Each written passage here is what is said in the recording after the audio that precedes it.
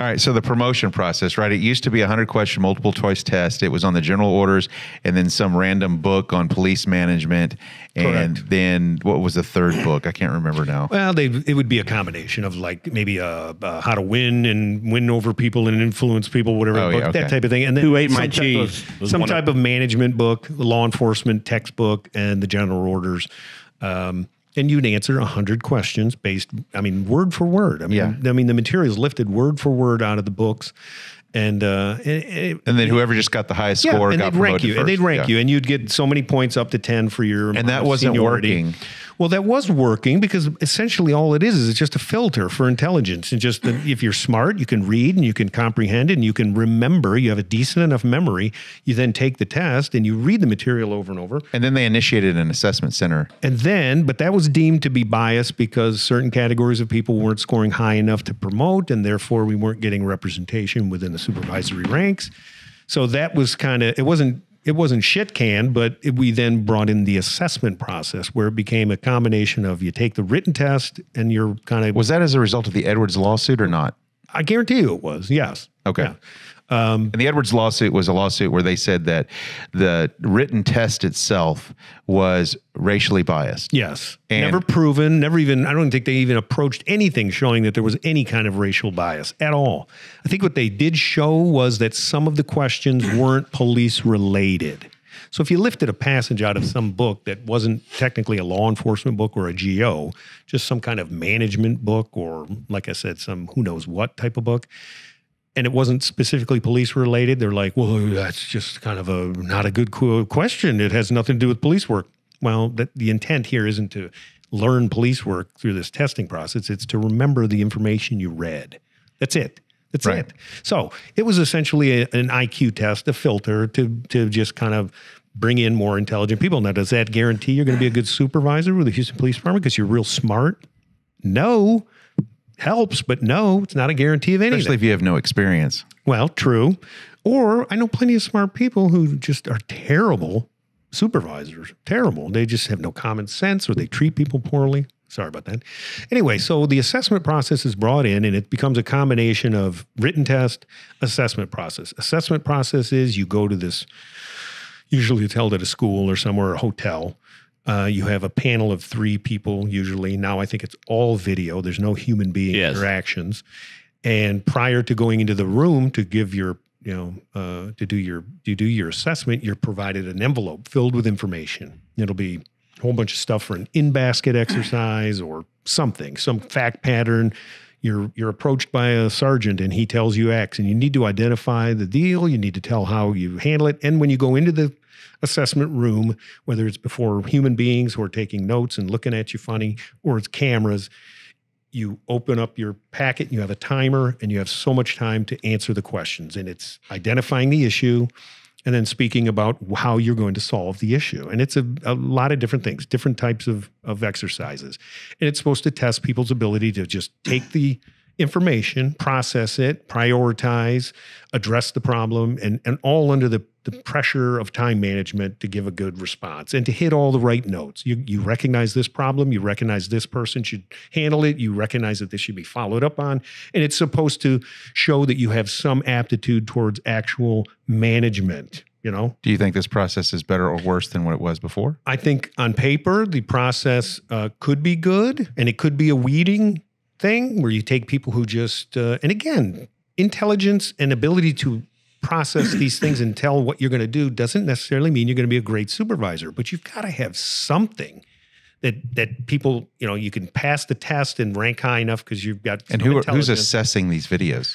They bring in law enforcement folks from other cities. You have to be, just like with arbitrators, you have to be from outside of a, 200-mile radius, 100-mile radius, so that there's no possible overlap. Do they get paid for this? They get paid to come in, and I guarantee you they're sat down prior and during their orientation, and they're told the needs of the department. You can read between the lines if you want, whatever, but they're told, look, we're this is assessment process. We want the best supervisors we can get, blah, blah, blah.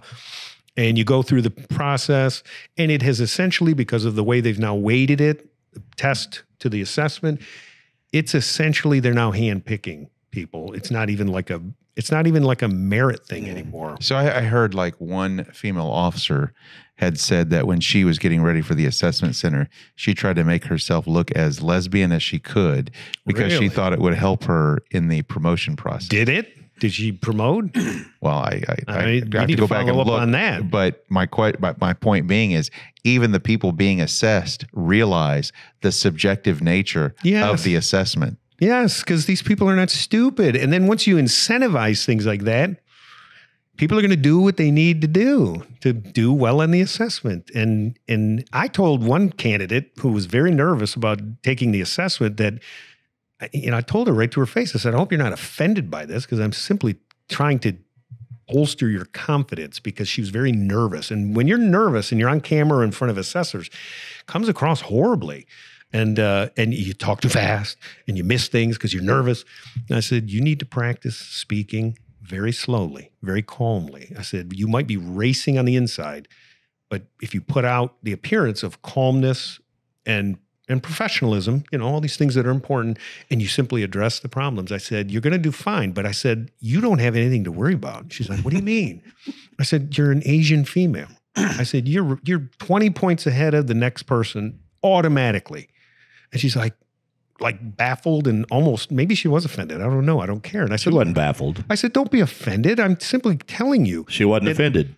She was pretending to be offended. You already have a leg up on most of the other people. So simply, I'm telling you, you're already way up here. Don't go in there and blow it, is what I was saying. Talk slowly, talk clearly, talk slower than you think, because, and you don't want to ramble and get off on, just answer the questions, talk very calmly and, look into the camera, and you're going to be fine. She was fine. She was fine. Did she get promoted? She is, yes, commander. Of course. Yes. So anyway, I'm shocked. So the Jerome, promotional process, my shock face. the promotional process, even for the, obviously promotions to AC or, it's all political, but even the now merit-based, supposedly objective are now subjective. Because they're handpicking. They're handpicking what they need. And what the department needs, and they'll tell you this, and Troy Finner will sit down and take a polygraph and pass with flying colors because he thinks it's for the betterment of the department. They need more minorities and women. But here's the ultimate question is crime going up or is crime going down? I don't know. I don't watch the news or read the newspaper. I'm baffled. I don't know. What's the sentiment out there in the public? Well, in Houston, the crime is going down. Is it? Yeah, that's what I saw Finner just the other day. I do know the on murders. the news saying crime is going down. The murders have gone down, but my God, they did do the gun buyback again, the third one. Oh yeah, those are always that crushed all the crime. Now they're obviously the road is now paved for just like the assessment center. They're obviously skewing the stats. You think? Yeah, I mean that's obvious. Is crime getting better? No, talk to the guys on the street. Talk to the officers. Oh yeah. Well, you can twist the numbers. I actually know somebody who's Quincy ME, a medical examiner with Harris County, and this was quite a while ago. It was about a year ago maybe. I'm having a conversation with her and then another fairly liberal friend. And the liberal friend was terrified. Oh my God, because murders were up over 400 a year, when that's way less than when I came on, believe me, but more than what we had been experiencing for a decade, 200, 300 tops. And this woman was terrified. I'm going to get murdered, oh God, a murder in fact happened right down the street from our house, I said, what were the facts?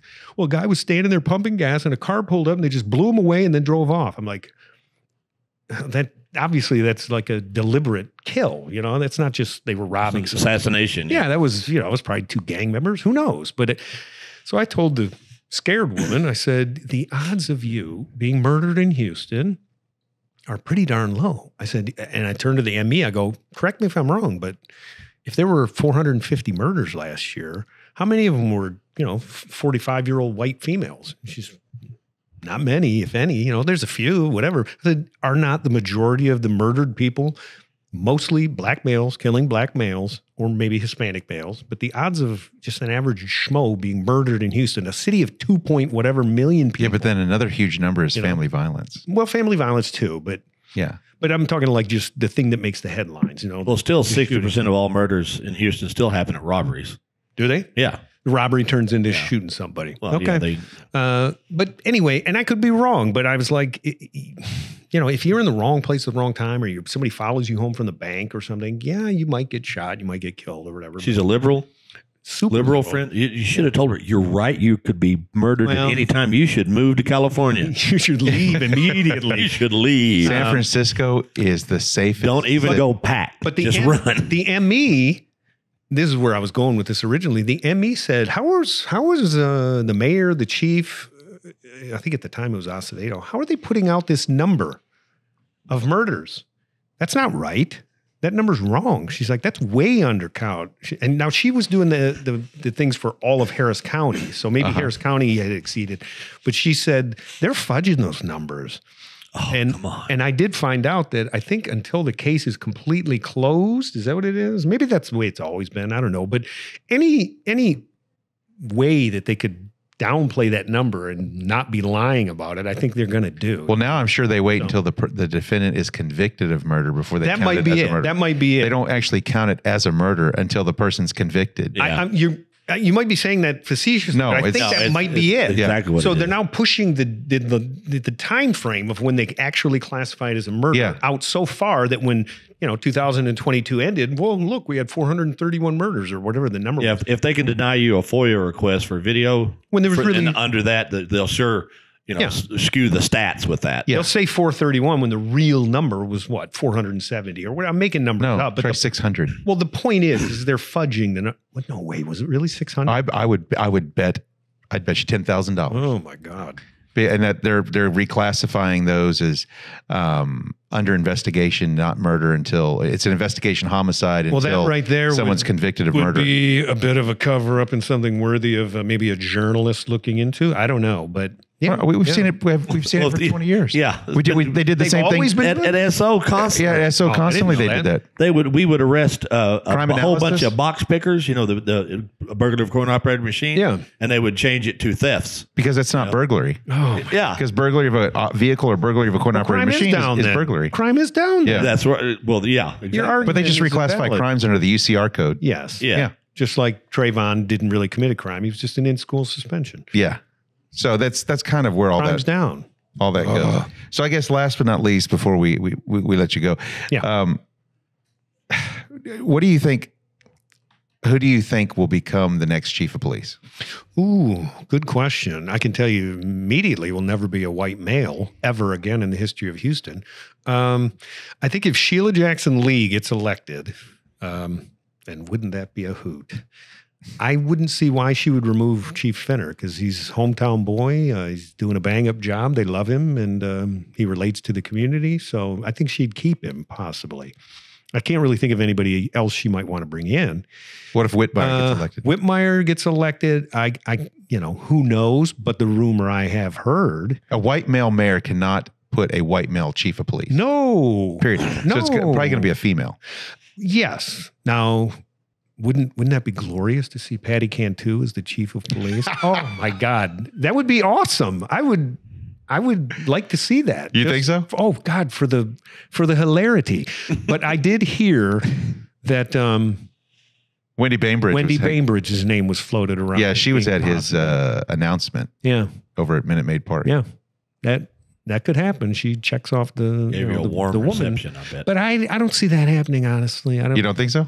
No, I think things are too far gone. That just the pigmentation of you think he'll be enough to keep her. I think he'll probably take someone who's I think so Asian. If Whitmire gets elected, I think he's going to want to take it because we ever had an Asian chief of police? No. So what they would do is they would find an Asian person, whether they're Pakistani, Indian, or Chinese, or you pick your Asian. I think you're right, and that's who they'll put. And that is an up and coming population because then Houston. He can say, "I'm the first mayor to select the first chief of police who is from the Asian community." Well, look at blah blah blah the blah. big to-do they made over Bantin being made exec. I mean, that would be your next chief of police. I can almost guarantee. I bet Bantin could be the next chief. Yeah, that's possible. So that's just my personal humble opinion. I just and Call me whatever you want to call me. I just don't see someone with white pigmentation ever being a chief of police in Houston ever again, no matter what the circumstances. Just won't happen. Even if she's, even if he's the most meritorious, crime crushing, irrelevant. You simply cannot have it. You cannot have it. You're starting, 5 paces behind already in the public's eyes. You can't do it. You have to have a minority. You really think in the public's eye, or in the what they think is the public perception? Both. Do you think things will ever get bad enough that will set aside all this affirmative action bullshit? No. And get back to picking people who are competent? No. You don't think so? Well, maybe my grandchildren's lifetime. It'll swing to but they're going to be listen. They're going to be roasting dead rats over 55-gallon drums of burning diesel fuel to eat. I saw that movie. When they say history doesn't repeat, but it often rhymes.